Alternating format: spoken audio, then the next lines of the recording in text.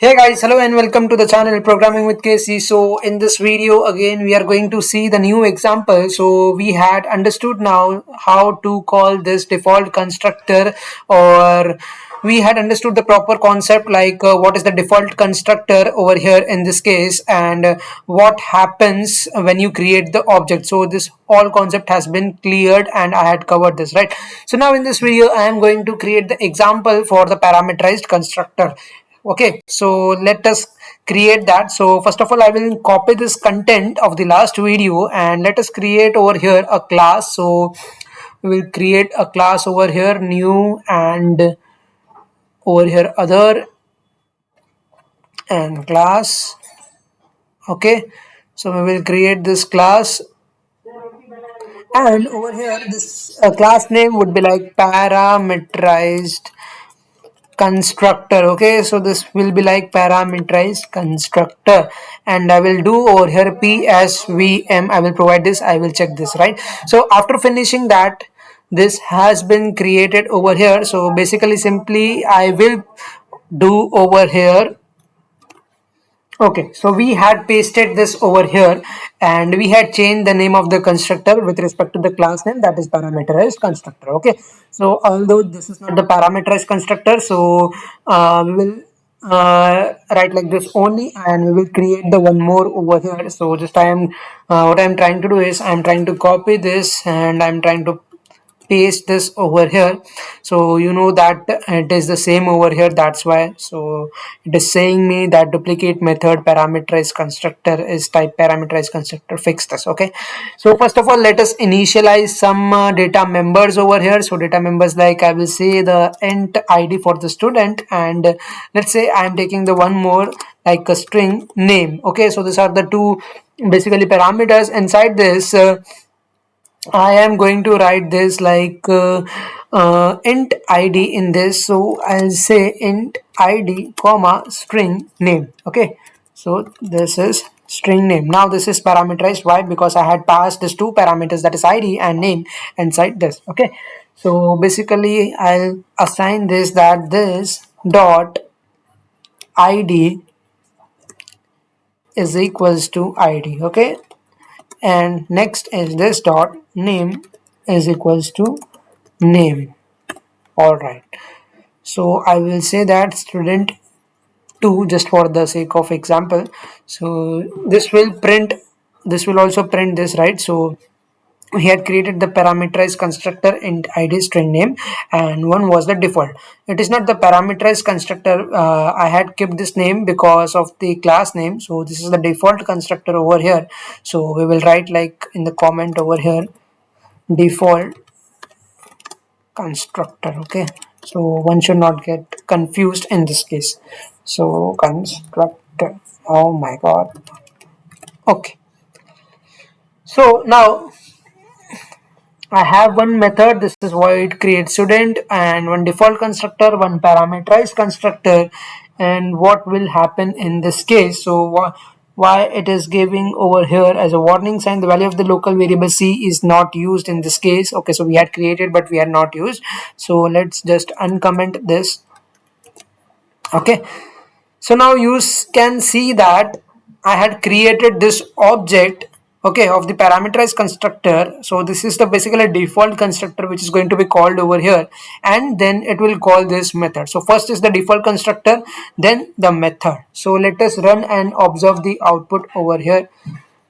Okay, so I will do like this and just save this and observe the output. Okay, so first it has called the student one is created, which is present inside this default constructor. So student one is created, and then student is created, which is message printed over here inside this method. So now I also want to call this parameterized constructor. So what can I do? I can pass this values, or I can pass the argument over here to print, right? So I will say that one comma over here kc. Okay, and just run this now. Okay, and you will get this student 2 is created and student is created. Okay, so you got this 2, student 2 is created, and over here student is created. Okay, So after passing this arguments also, you are not getting the values in the console over here. Why? Because you had not printed this inside the method, so you need to print this inside the method. So student 2 is created over here. I will just remove this. Okay, so what I'll do is I will simply print this. Okay, so I'm doing the plus id over here, and over here next is our name. Okay, so plus id plus name. Okay, all right, it is fine now. Now just print and observe the output. Okay, so you got this one and KC, and the student 2 is created. So it has also printed the message which is present inside the parameterized constructor, that is student 2 is created. So this has been called first, student 2 is created, which is present inside this, and the arguments which is present inside this, which we had passed. So it has also printed the one and casing over here. We can also display some custom messages over here. So to print any values, we should pass that, or we should call this with the help of sysout over here and mention what we want in the console. So when you write like this, it will only print the messages present inside the sysout. So it is not actually going to pass this arguments if you are not calling that method, or if you had not mentioned that thing inside the method, right? What happens if I remove this over here? What happens if I remove this over here and just save this? So will it call this?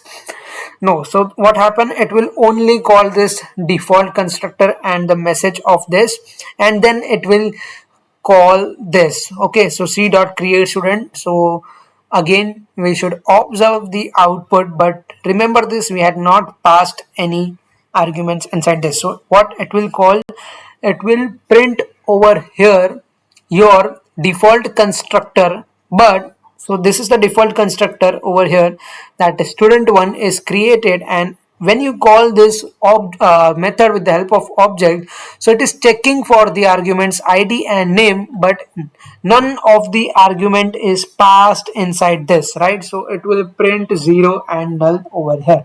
So this is the importance of the parameterized constructor. When you create the parameterized constructor, at the time of object creation, you should pass the values inside this parenthesis, and when you call this method inside that, you need to write that data members, so that it will print that, or else it will not print.